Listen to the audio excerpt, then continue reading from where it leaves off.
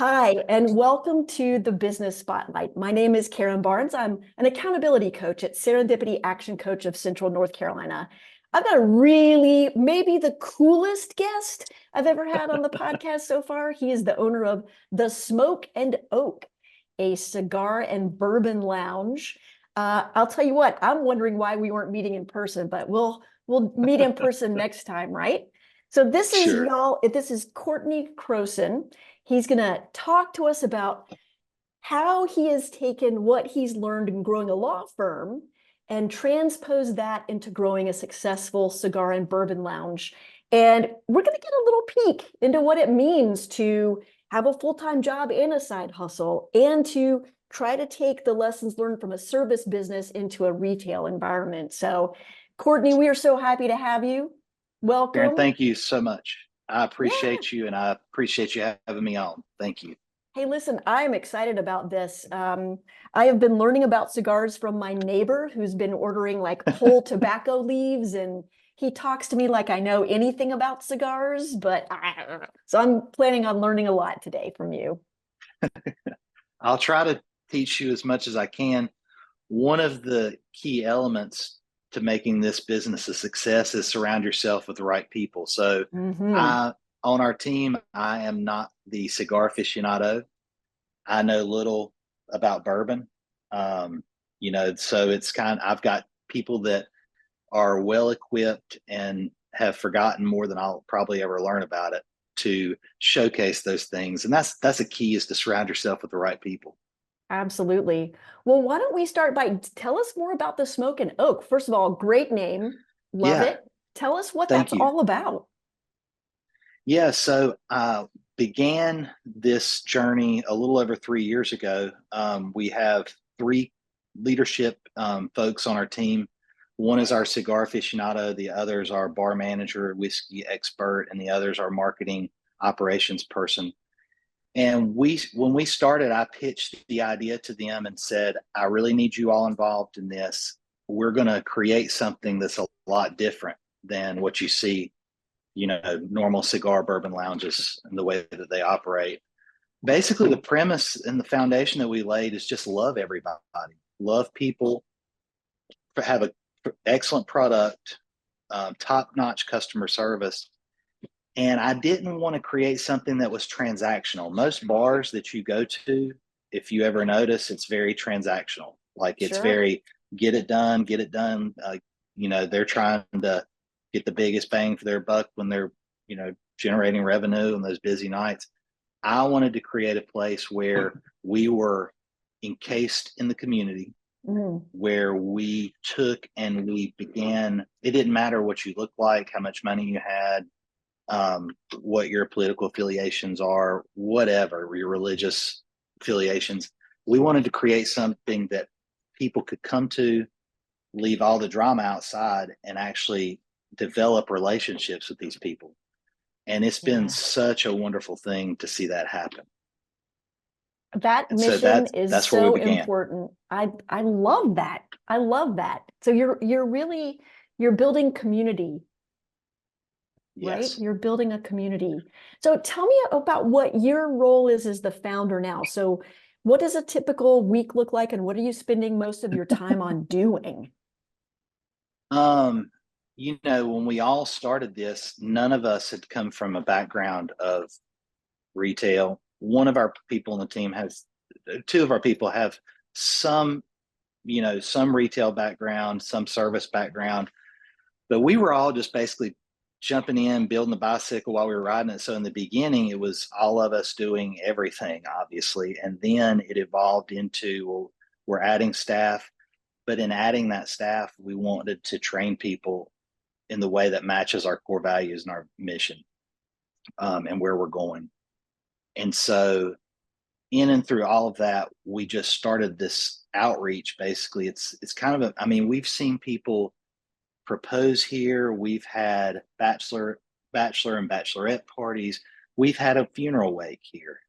We've done a lot of different things so that we can actually connect with our community and we can actually reach those people, because again, it's not just a one and done. We don't want to just see you one time. We want to know about your life. We care. here, and that's kind of a separator. So again, I said all that to say that's kind of our overarching purpose, is to love people, love every person that we come in contact with. Nice. So if you had to say you spend most of your time doing operations or strategy or finances or marketing or team training, like what's the role that you've carved out for yourself? So, and I apologize, Karen, that was the original question that That's you'd okay. asked. So, Hey, listen, I'll ask you again. so, my role is to oversee the operations to make sure everything runs smoothly. So basically, my wife and I, we have a 3-day planning retreat before every quarter starts. And we have Nice. every day, almost every hour of our day, figured out for that quarter. We have our businesses, the plans that we have, our goals. And so that's a very integral part in my role, is the planning, preparation, the bird's eye view. Mm-hmm. In the day to day, I mean, I try to keep my calendar as tight as I possibly can because I'm running the two businesses. And what I see myself doing here is I'm always making sure I'm checking financials as much as possible, staying on top of those. That's a key metric in business, is financials. A Yep. lot of people bury their head in the sand when it comes to it. I've met with countless business owners in the past 6 months. The first question I ask them is, who keeps your books? And I think there was only one who had an answer to that question. And I would explain the importance of bookkeeping, and so I've got a bookkeeper, got an accountant. I'm looking over those numbers when at least weekly, sometimes bi-weekly. And I'm also, I'm trying to streamline and systematize this Mm-hmm. business so that we can replicate it. I think anybody, and I'm not taking away from people that do just hang a shingle, start a business, and that's their business until they die or until they sell it. My whole thing was, I want to have a global impact on lives. And so the way that I can do that is I can leverage myself to maximize the return on investment from the lounge or lounges. And the way to do that, I knew I couldn't do it with just one. So we are going to end up replicating, scaling, and Lord willing, our plan is to franchise down the road. So to answer your question, my mind is constantly on forward thinking and the future, but it's also in the factory. So there are times when I have to look at the weekend, and if I'm short, I'm gonna have to come in here. Right. If I see that I've got a party that's going to happen on a Saturday night, and I've only got one staff member, I know that I need to be in here to help fill that. And that's growing pains. I mean, we've got a great staff, but it's challenging when you're in a service industry, as people who own restaurants would know. It's hard to Yeah. keep folks, recruit, For sure. I and mean, keep. I hear that universally. It doesn't even matter who I'm talking with. Just finding the right people just seems so hard. And then keeping them once you've Yeah, got them, right? Yeah. yeah. Yeah. So who would you say is like a typical person who comes in and is one of your regulars, right? You're building community, so I imagine you've got a bunch of regulars. Who are these Yeah. folks? Yeah. So, I mean, our regulars vary anywhere from, you know, uh, Joe factory worker to prominent politicians. And so it's kind of across the board. We've got almost 2,600 members. And Holy so cow. out of the 2,600, 30% of those are female. Um, and again, to answer your question, it's across the board. We've got several avatars. We've got several ideal clients, members. But there again, a cigar lounge is kind of intimidating when you come into it. And I've noticed that whenever people warm up, when you can disarm immediately that intimidation factor. Because to be honest, I've been in places where they charge, $50 $100 day pass. For a lot of people, that's not feasible. They Mm-hmm. can't do that. And some of the memberships are sky high. And so basically, to go back to your question, it's just across the board with our key key people that come in here. I love it. I love it. That's even better. So what does a membership look like? What is it? What does you get as a member of Smoke and Oak? Yes. So right now we do have some cabinets that will be installed in a month or so. With that, it'll be an elevated membership fee. Right now, the lounge covers the cost of a membership if someone wants its memberships. The membership is optional. So when they come in, they can the perks of having a membership, you get on a text list, so we let you know the events and things that are happening. We have some pretty special events. We have private dinners. The other thing is you can rent out rooms. We've got a couple of very high end rooms that people love to use for parties and things of that such. Um, and the other thing is you can, when there are events and when there are things, you're the first to know about it. We've got private dinners that we hold once a month, and so the members have access to those as well. Very fun. I can think of some people I'd like to invite right now, right? That sounds really, really cool. Yeah. What's one thing that you wish more people knew about your business? That we were also a retail venue that people can Mm, come in and purchase gifts, purchase cigar sets, purchase boxes, purchase individual to go cigars. A lot of people, I think when they think of us, we're a destination, and we are. But at the end of the day, we also want people to know that, hey, we're also a retail location. all right, good, good, good, good. So one of the things that I always like to ask people about, because it's part of every single business, I don't care, what your line of business is, and that's marketing, right? How do you let people know who you are, where you are, what you're offering to them? So, like, what are some of the marketing strategies that have worked for you, and maybe some of the ones that you've tried that you thought were going to be really successful that just didn't work so great? Um, I think some of our marketing strategies that we use that works, um, we the texting platform to let people know of the events, that definitely works very, very well. Um, we have a social media presence. Mm-hmm. I think that's helped some. Um, and as the business evolves and as it grows, like what worked when we started doesn't work now. So when you Yeah. start reaching, as as most entrepreneurs listening, when you start reaching certain levels, you have to pivot and adapt.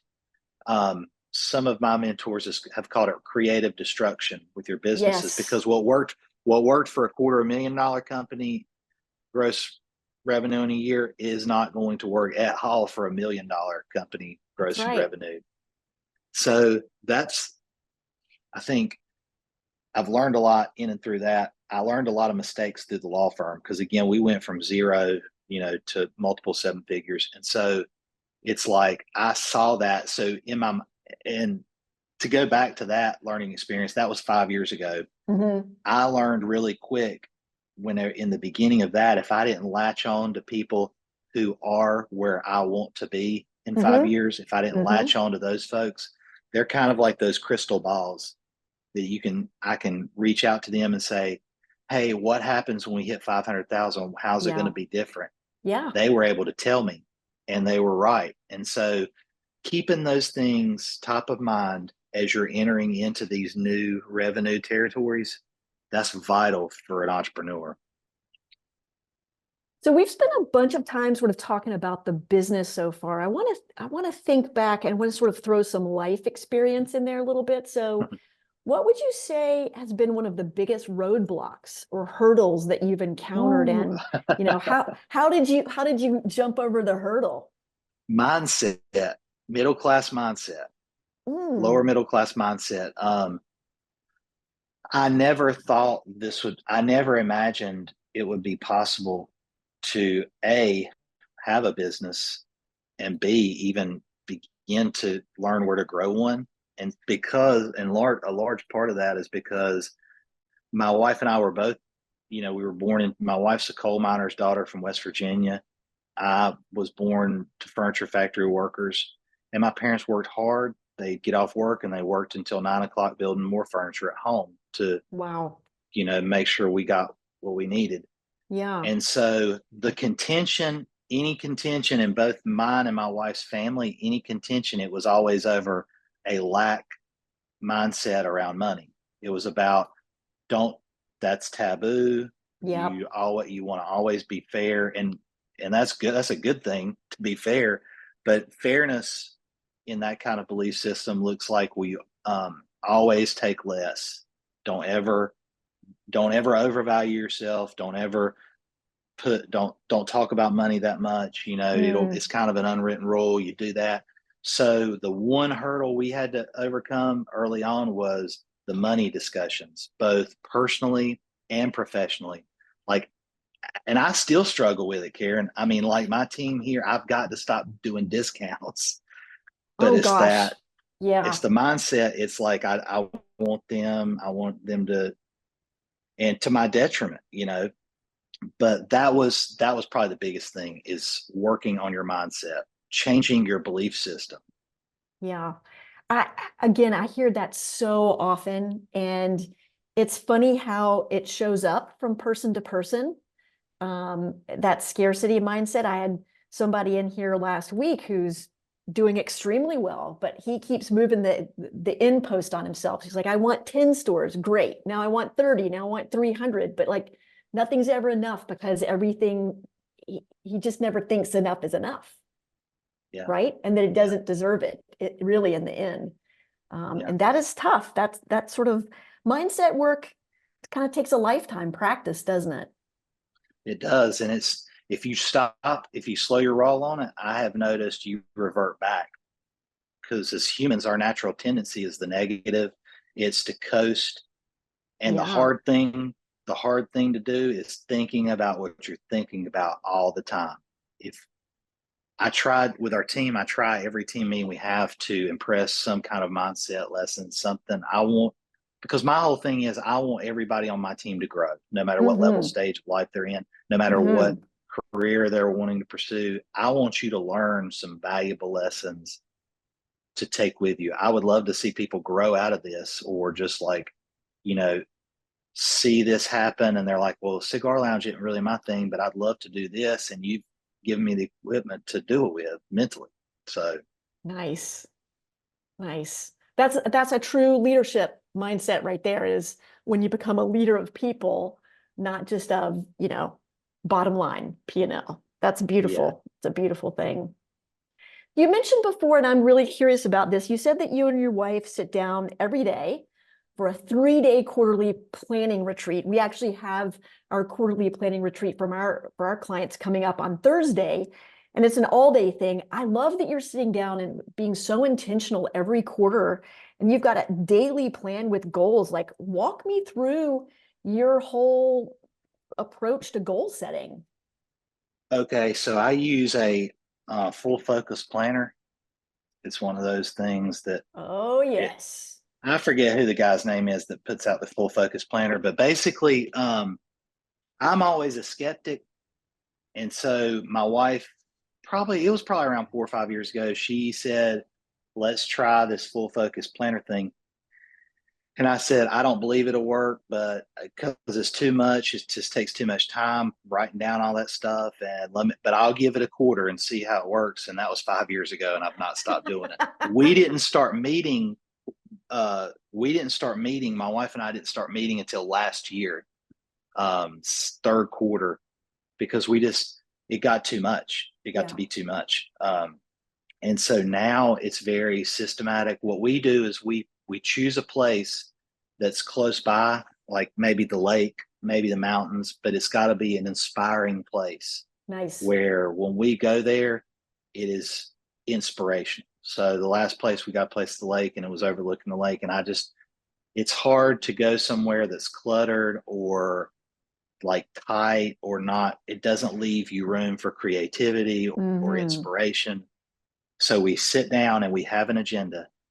We go through our strengths, weaknesses, opportunities, and threats. We go through we've got a 3-day agenda. So basically we'll work for a couple hours by ourselves. We'll come together and we'll discuss what we needed to. We go through the 7 parts of the business and we try to discuss, those different key components. What's the top 3 things we need to get done in our businesses and in our personal life the next quarter in order to make this thing, profitable. Where we are, staff utilization, all the facets of everything we go through in that 3 days. So there's not a lot of downtime. It's like morning to night. And we get a lunch, and then we'll eat dinner together. But yeah, it's very intense. I was in a workshop. It was about 4 years ago, and he's one of my mentors. He said, "I want you." There was a couple hundred people in the room, and this was a workshop on business growth. And he said, he said, stand up if your law firm is $1 million law firm. People stood up. He said, he said, stand up if your law firm's $5 million. So they stood up. Stand up if your law firm's grossing 10 million, 25 million. He said, stay standing. He said, sit down if you only have your calendar prepared a month out. Every one of those people standing had their calendars at least a year out. Wow. Like, fine-tune. And he said there's a correlation to this, so I believed it. Yep. And yes, there is a correlation, because since we started doing that, it's really changed the game in our goal setting, goal planning. It's brought us closer together as a married couple too, so that's a cool thing. I imagine. I mean, that's a lot of focus and discipline, which is key to successful entrepreneurship, right? Yeah. Yes. So let's change the energy up here a little bit. I'm going to ask you just some rapid fire questions, and you're going to give me Sure. short, punchy answers just off the top of your mind. You ready? I think you You may have got it. already answered this, but let's see what you say this time. What is the key to success for you, Courtney? Planning and knowing your numbers. 100%. Yes, yes, yes. What is your best piece of advice for other business owners? We are interdependent. We don't live on an island. If you're an entrepreneur who thinks that you can just do this with yourself and not anyone else and become a success, it's probably not going to happen. Yeah. So the key is surround yourself with the right people, the people that are on board with your plans, with your vision, that you can just utilize and that you love, as people. So that's kind of get the right people around you, both in your business and outside of it. Because last week, this is just a prime example, and we'll move to the next question. But my goal last week was to connect 5 business owners that could benefit from each other's business. And I did. And I think there were 3 or 4 business deals that went down, at least 3 that went down last week because of that. And so, yeah, that the right people. Love it. Love it. What's a book you've read or a podcast that you've listened to that you want to recommend to some other entrepreneurs? Man, so many, right? I would start Think and Grow Rich. Good one. Yeah, Think and Grow Rich. The what same guy wrote a book, and if you get it on Audible, it's amazing. It's called Outwitting the Devil. Napoleon Hill wrote a book back then, I don't know, 100 years ago, 100 plus years ago, and he didn't allow his family to release it until in the past, I think 10 to 15 years. And it's so relevant to mindset issues, to things that can sabotage your business. And it really is some good stuff. So Think and Grow Rich, Outwitting the Devil is a good one. It's not a religious book. It's not anything like that, but it's just an interview, and it's very fascinating. Cool, cool. So this is my favorite question. This is the next to the last question. So if you had a magic wand and you could wave it over any one area of your business that just drives you crazy, that you just want to fix, like where would you wave your magic wand? The cigar inventory right now. We've embarked on this journey to fix it, and I believe it's going to be fixed. But to answer your question, it's inventory. People do have a lot of pain with that until you get a good system in place, right? Yeah, again, it's something we're not familiar with, and it Mm, just keeps getting worse and worse. So yeah, we can't keep doing the same thing with it. I hear you there. All right, so last question. What is most inspiring to you today?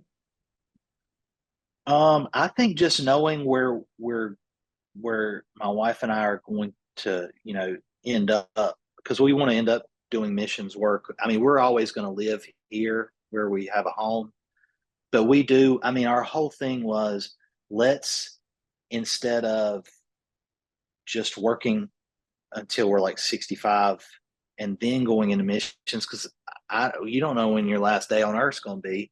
So I said, let's just try to maximize that and get the resources to be able to do that, do what we wanted to do, between pouring into Nice. people, missions. We're both Christians and we want to share the gospel with people. So Absolutely. that's our main focus. That's what keeps me going, is knowing the global impact that we will have on this earth.